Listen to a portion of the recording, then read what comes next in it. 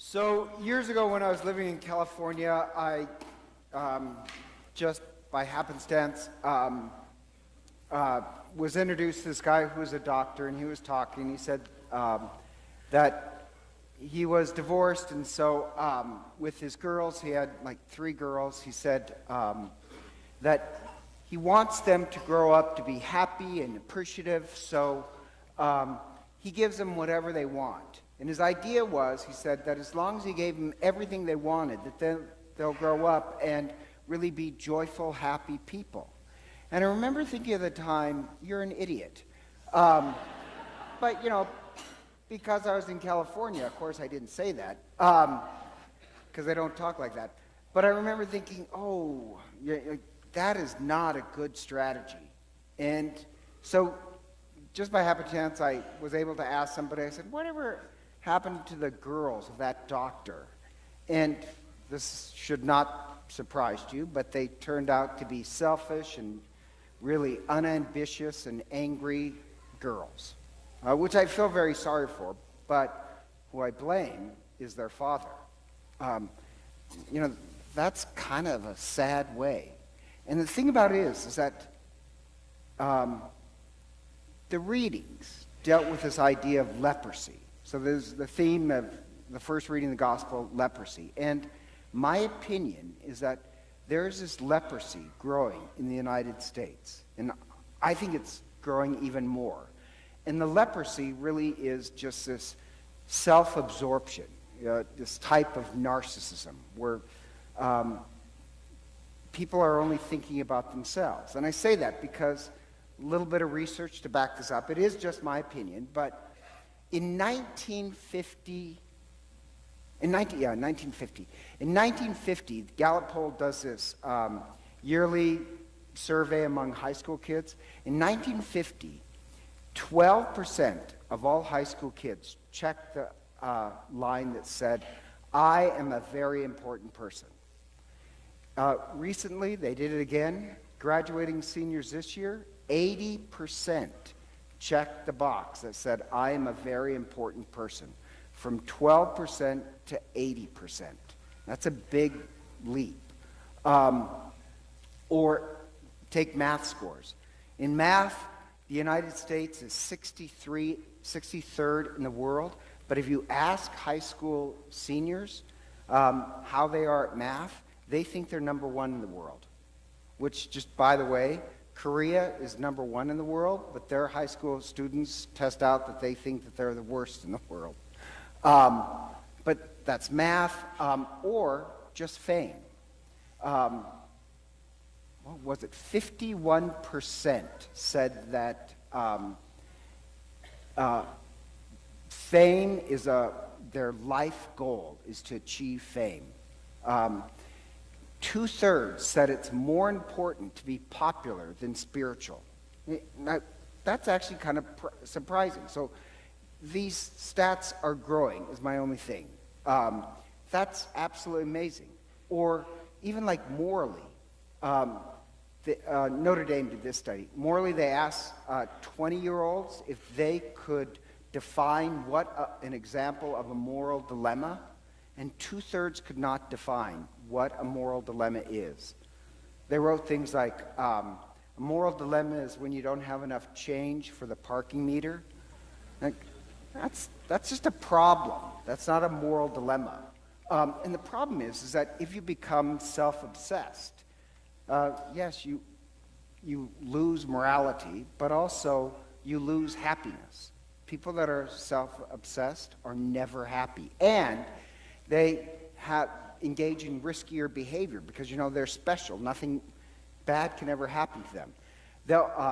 If you test out to be a narcissist, you'll take 133% greater chances in risky behavior. You'll take out loans that you can't pay back. And the problem is that I think this narcissism, my opinion, is growing. And the cure is humility. And humility is not low self-esteem. Humility is low self-preoccupation. And kind of the joke is that in 1962, in educational journals, there was 10 articles on the subject of how to raise children's self-esteem. Recently, do you know how much it was? Over 2,500 articles on how to raise children's self-esteem. But the problem is, the cure is humility. Humility is not low self-esteem. It's low preoccupation. If you're less preoccupied with yourself, you actually gain self-esteem. You turn out to be happier. And there's this odd thing, and this is the really odd thing. So, to increase your humility, this is going to sound strange, but if you want to become a more humble person, then one of the ways is actually to practice gratitude. It doesn't make any sense to me. It's like if you learn a second language, you also become better at math. The two seem unrelated, yet there seems to be a correlation. And if you practice gratitude, it is like a sure shot that you will be happier. They did this study where, I mentioned this before in another homily, but I think most people fall asleep anyhow. But so if you take two groups, and let's say we take this group, and we give you a test on how happy you are, and then your homework every day for 1 year is to name 5 things that day that you're thankful for. We take the second group, we test you for your happiness, and you have no homework, live the same. After a year, you people will be as bitter or as unhappy as you were at the beginning. You people who just did the homework of naming 5 things that day that made you happy, you will test out to be happier. You will test out to be more humble. So that is amazing. So like just contrasting the doctor, there's this, for 3 months I was in Sun Valley, and there's this family in Sun Valley. I forget who they are or what they look like, but I do remember this. So we went out to dinner, and they're a young family, and they're very joyful. But before we ate, they said their, prayer before the meal, and then the 3 kids had to name 3 things that day that they were grateful for, which I thought, that is amazing, because these kids will grow up humble and happy if you practice gratitude. And if you're wondering, what does that have to do with the gospel? Well, I think the disease today is not leprosy, it's narcissism. And in the first reading and in the gospel, the cure was humility and gratitude.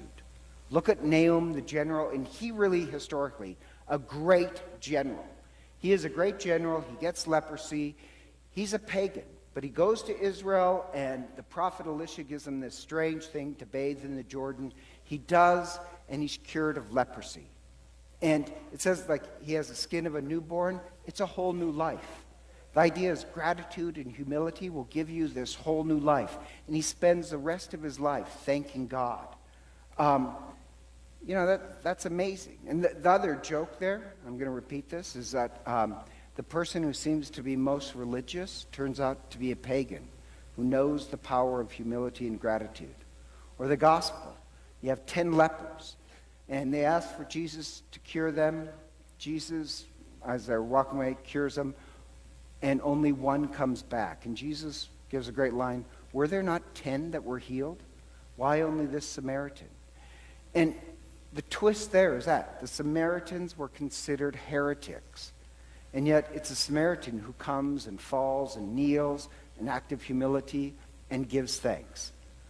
And the twist there is that the heretic is the one who is actually the better follower of Christ, because he knows the way of humility and thanksgiving. And I just mention that because it would be the twist, the modern parable would go something like this, that it's an atheist who might know gratitude and humility, who's a far better Christian than people who know their catechism. That actually, gratitude and humility are a way of becoming an example of Christ. And I think, like the little families from Sun Valley, that's what we can offer our children. The twist is, happiness essentially is a choice. It's not by luck that you win the lottery or something. You have to choose to be grateful, to practice it every day. You have to choose to be humble. And then really, bitterness you'll be free from. And so I think we should teach our children that, but I also think, and I hope, our parish becomes a sign of this. Because just a little bit of ritual for you. When a child is baptized, is your children baptized? So when your children were baptized, the first thing that they did as parents and godparents was mark the cross on their forehead. Just a little liturgy for you. It says in the book of Daniel, all those in heaven, they're marked on their forehead with the tau. Tau is a Greek letter that looks like a cross. But the tau symbolizes humility. And so in heaven, when they look at heaven, all those in heaven are humble. They have low self-preoccupation. They enjoy life. Our parish should show the world the mark of the tau, what it's like to be happy and humble. Or the fact that week after week after week, we come back to celebrate the Eucharist. You know, Eucharist in Greek means thanksgiving. And the prophecy of the Christ was this, is that when the Christ comes, the Christ would end all sacrifices except the one sacrifice of Toda. Toda in Hebrew means thanksgiving. For 2,000 years, we've been the ones who come back week after week to give thanks to God for the great gift of life. We're the ones who really, at least weekly, practice this ritual of gratitude. And my hope is this. I hope the miracle of a whole new life continues in us, where we are free from being self-possessed and self-obsessed about ourselves because we've taken up the way of humility and gratitude. I hope it teaches our children, really, happiness in life is a choice. You gain it by humility and gratitude. That's what I hope our children really inherit. And therefore, the miracle in the gospel, I hope it continues in them.